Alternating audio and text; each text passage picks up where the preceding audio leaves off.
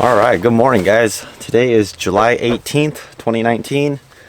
I am out here by myself today. I'm planning to go up this ridge up here. The main goal today is just to set up my two trail cams that I have. For those of you who live in Washington and you haven't heard the news, the entire state of Washington is opening bear season, the fall general bear season, on August 1st. So typically for here in Eastern Washington, where I'm from, the general fall bear season usually starts in September. But this year, Washington Department of Fish and Wildlife actually changed the entire state to open August 1st for bear season. I only have two trail cams, and I'm not quite sure where I'm going to set one yet. I know where I'm going to put one. So there's basically up here, there's two main ridges, and I'm not sure if I want to put one trail cam on each ridge, or if I'm just going to go put both of my trail cams on this one particular ridge. So I don't know. I'm just gonna go up there, and whatever my gut instinct tells me, then that's what I'm gonna do. So today is just a perfect day to be out here. This entire week in general, has just been perfect weather. I mean, today in town the high is 79 degrees and the low was 50 degrees. So I'm assuming up here in the mountains it's even lower than that. And right now I'm wearing both a base layer and a mid layer, and it's still feeling a little cool. And when you come out here, like, that's what you want, or at least that's what I want, because it's a lot harder to over sweat and overheat in this type of temperature. And so it rained yesterday, and so today everything's just damp. And if you've been following the channel for a while now, you guys know that my favorite time to be in the mountains, whether I'm hunting or scouting or just doing whatever, is after rainfall. When I was driving up this road, I got off the highway, I turned into the road, I already saw elk, I already saw white-tailed deer, and I've already seen turkeys. So my day's already going pretty good. I'm gonna just load up some other stuff. I'm actually supposed to put my bino harness on, and then we're gonna get going. Hiking for a bit now, and this ridge right here, and this ridge right here, and basically this ridge right here are the three ridges that I'm planning to hunt on opening day. And so since I only have two trail cams, if I do decide to put one trail cam per ridge, then I'm either gonna not have one trail cam on this ridge, or this ridge, or this ridge. But I'm actually thinking I might just skip this ridge, and I might go put one trail cam on this ridge over here. Or if I don't do that, then I might just put both my trail cams on this ridge over here. Because this ridge right here, the thing about hunting here in Northeast Washington is, like, a lot of times it's not really a mountain that you're hunting, it's more like a hill slash mountain, so it's not that high of elevation. And a lot of animals, elk, deer, including black bears, a lot of times they use these little small, short, bulky ridges right here as crossing paths. So if they want to go to the other side, they'll just go straight, they'll just go up and over to the other side, and vice versa. If they want to come on this side, they just come up and over. Even though they travel through that, like, a lot of these little, I don't know, 20-25 foot pine trees provide a lot of cover for them, so animals feel very comfortable just going back and forth along these ridges. And sometimes they'll just even stay on top of these ridges and just walk the ridge line back and forth. And so that ridge right there is actually where my dad and I found those two elk sheds last season during elk season.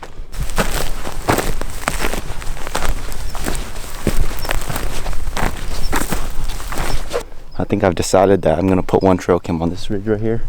I don't know if you guys could tell, but this little shiny part right there, that's actually the ridge line. So the ridge actually loops down, and then this goes high up there. And the good thing about this part right here is more of a north facing slope rather than a south facing slope, because you guys can see right here it's all shaded. You turn on this side over here, which is more like a south facing slope, that's like getting hammered by the sun, and it's literally only 8 o'clock in the morning. So I think right here might be good. And then once I'm done here, I'll hike across to that ridge over there, and then I'll put one over there. I think I might just put it somewhere right here close to the borderline, because you guys can see here's forest, this is clear cut. So I might put it somewhere close right here, so that way when there's animals going inside the forest and then coming back out to feed, I can capture them going back and forth. Alright, so I was just walking in here. There's actually a pretty good game trail, so I think I'm actually going to use this game trail, and basically I'm just going to set up my trail cam, and my trail cam's basically going to watch this little game trail, because this is like perfect, like it's almost ideal for what I was looking for. Now that's actually a pretty good path. That's the path that comes in right here, and then it goes back out, and you guys will see that's the little clear cut, and goes right back out there. So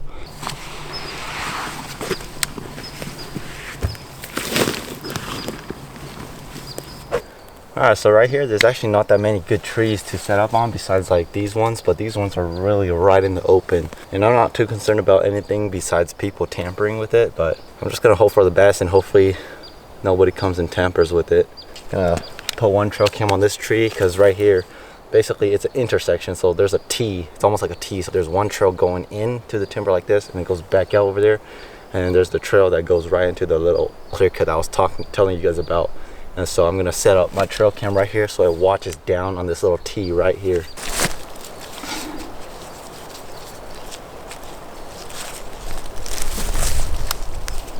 So normally what I used to do is when I came out and set trail cams, if I wanted to test how my pictures looked, I would have to haul a big old DSLR just because that camera can read it.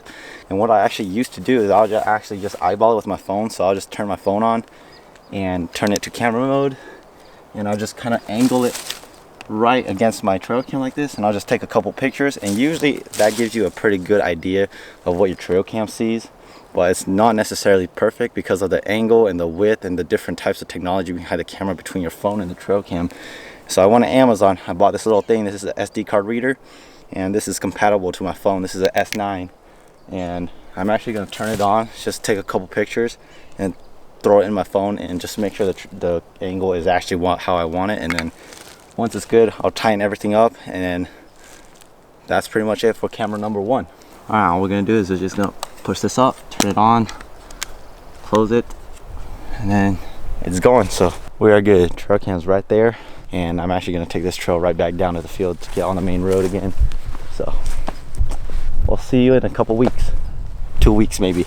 This might be a good spot to get a bear because all this right here is just huckleberry bushes, and the huckleberries are what makes up a lot of a black bear's diet, especially during the fall season. And so right here, just a lot of huckleberry bushes. A lot of them aren't grown yet, but there are some. So I do have my fingers crossed that, you know, hopefully we'll get a little bit more huckleberries right here.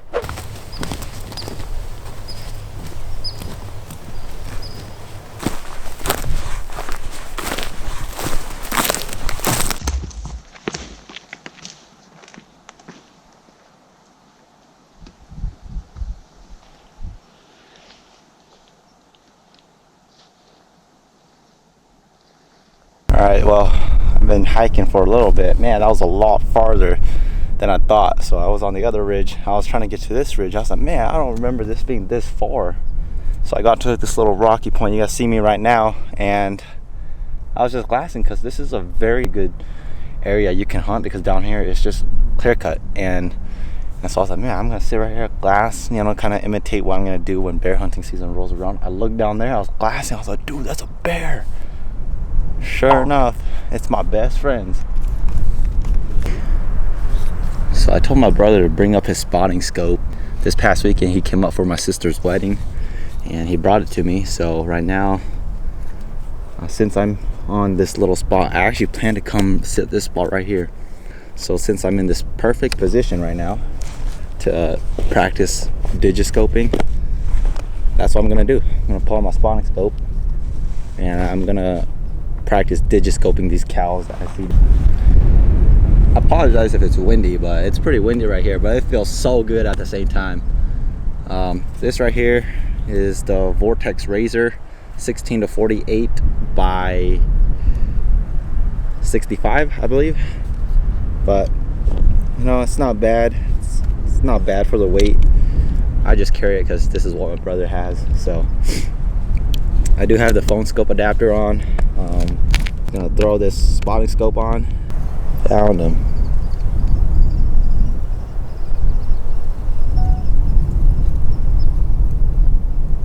The thing with my tripod right here, this is a very it's a good tripod for the weight and the small camcorders, but as soon as you throw like a big spotting scope like this on and there's wind, it's very shaky because this part right here where it's supposed to hold your spotting scope tight, it's very wobbly just because my platform for my tripod isn't as big as the platform that they gave on the spotting scope. But it's okay, I'm just practicing for bear season, so for now this will do. I apologize if the lighting is bad, but I finally got off that rock and now I'm working on this ridge that I was telling you guys that a lot of animals use as a pathway to go back to this valley over here and back over this valley. So this ridge right here is I told you guys, it's literally like a highway, and the reason being is because this little ridge right here, it's not very high in elevation. So for an elk, like, this is nothing for it. But at the same time, you guys can see, even though these trees aren't that tall, it's more than enough cover for them to be hidden.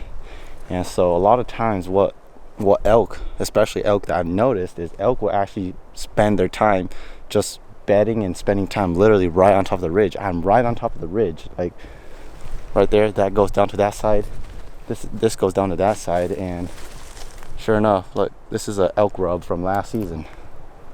After years and years of observing and consistently hitting the same spots over and over, you just start to pick up clues here and there, and then you just add it up together, and then just like you get your answer. And this ridge right here, they just seem to love it. So that's an elk rub right here from last season, kind of dried up already, but keep my eyes out for some sheds, because at the tail end of this ridge, which is actually where I'm headed right now, that's where my dad found that 6-point bull elk shed, and where I found my 4-point bull elk shed. So you guys look at this one.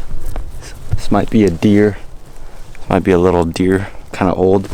But again, that just tells you guys that there's animals that love this ridge. And you just walk over here. Sure enough, here's another one where it goes way up to here. This is an elk for sure. This is a little old, but the other rub I found was just like 50 yards over here. So a lot of times you just gotta pay attention, because you might just be walking right through a quote unquote honey hole and you might not even know it. So just gotta be observant, pay attention to signs. This is like Rub City right here. Here's a C, one right here, and one's back over there. These are for sure deer rubs, but that just goes to show you, man, deer and elk, they share this ridge. There's a couple huckleberries. This is like the matriarch of huckleberries, man. Like, this is the most huckleberry I've seen today. Like, almost every huckleberry bush I look at, there's a lot of huckleberries. So I'm actually gonna put my trail cam right on this tree right here. And the good thing is this is like kind of a game trail, but it's still used enough where you can actually see the game trail. And that's what I was actually doing. I was just following this game trail, and this is like a jackpot for huckleberries. I mean, considering it's only mid-July and these huckleberries are already like this big and this abundant right here, I can only hope that come August, like, these are even bigger, and this will just be a good source for bears to come and feed on. So this is actually where I'm going to put my second trail cam. I was kind of getting worried that I wasn't going to be able to find a spot to put my second trail cam, because none of them just looked juicy enough, but I think this is it right here. All right, well, we are done. It's back in here.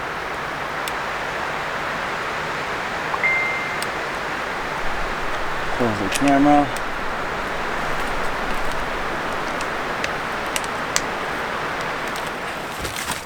So one tip for you when you guys are setting up trail cams is, when you set up a trail cam, you want to point your trail cam away from the sun. So right now the sun is up here and my trail cam is facing this way. So imagine you guys are the trail cam and the sun's right here. A lot of times, if you don't have enough shade covering your trail cam, the sun can burn out your trail cam and your trail cam can get broken from that. And so one thing you want to do is always, if the sun's up here, make sure your trail cam is facing where the sun is facing. That way there's no possible way for the sun to just burn your camera all day long.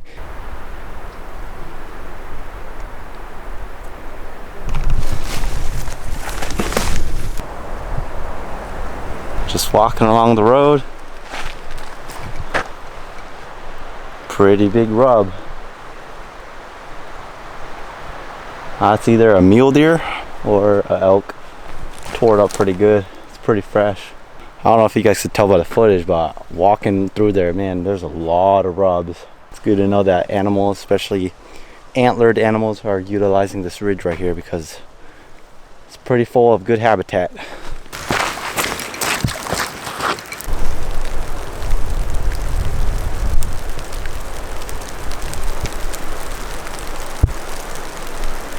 Alright, so I just came back to this little spot that we use as a range. It actually is a gravel pit, but just wanted to make sure my gun was still zeroed in, which it is, which is good. I'm going to eat breakfast or lunch, whatever time it is. It is 12:36, so I'm going to eat lunch real quick, and then I'm going to head out, drive to this one spot that just has a lot of good glassing country. And then I'm probably just going to spend some time just kind of exploring potential spots for bear hunting in a couple weeks. So if this spot that I went up earlier today, that's actually my #1 priority spot, so I'm gonna hunt that basically opening day and maybe second day. And if that doesn't look promising, then I'm gonna go over to the spot that I'm gonna go after I eat, and then we'll see how it goes. You know, I'm just trying to make a list of all the potential areas that I can hit up for bear hunting. So there we are, just exploring some new country. I've never personally really hunted this spot. Driven past here during hunting season, but to say that I've gotten out of the car and actually you know, hike around and actually hunt, I've never done it. So this place is pretty dang legit. It's just a lot of open hillsides you guys see. This background is just insane. And right up above me over here is just a lot of grassy with low bushes, and it's a lot of rocks. There's a lot of black stumps over there too, so you know, there might be a little black bear over there, but it might just blend in perfectly. This country just looks awesome. Something was right there, literally 50 yards below me in the bushes. I got out of my car and it just started crashing down into the thickets. So not sure what it is, but all right guys, well, I've just kind of been staying in this little spot right here and kind of glassing that hillside. Once again, the main reason why I came up here was I was just trying to find basically different glassing points to see which point had the best view. Right here, this is not too bad of a spot. The only downfall with right here is the main mountain, which is that one right there, the one you guys see right here, that entire one way across the screen. The only problem with that is my glass isn't necessarily the best for that range, because that is very, very, very far away. You know, I'm just gonna make use of what I have. So again, this isn't too bad. Right over here, this is ideal for the 10x42. This little ridge up here is not too bad either. I haven't looked at this one over here. I guess up there's not that bad either, but that main one right there is just it's just a stretch from a binocular. But I mean, that's why you have a spotting scope. But basically this whole time I've just been kind of trying to learn the landscape, just trying to glass to see if I could see anything, but I have not found anything live. I thought I spotted an elk, 2 elk bedded, but it turns out to be just dirt. But it looked pretty realistic, I'm not gonna lie. But yeah guys, I think that's gonna wrap it up. I mean, if I don't see anything, then pretty much the video is gonna end. If I do see something, I'll probably just throw a little bonus clip in there. But thank you guys so much for hanging out with me today. Whenever it's time to go scout and put up trail cams for me, that means that hunting season is usually not that far away, and we're only a week and a half now away from bear season, so pretty dang stoked. And so once again, just a reminder, the fall general bear season statewide is opening August 1st, and not only can you shoot 1 bear in eastern Washington, but you can now shoot 2 bears as long as you have the proper license. So if you shoot 1 bear with your first tag, then you have to go buy your second tag to shoot your second bear. But yeah, I think that's the biggest news that I have for you guys today in this video, if you're not aware of. I think this is a pretty good view to end the video. So thank you guys so much for watching, and I'll see you guys in the next video.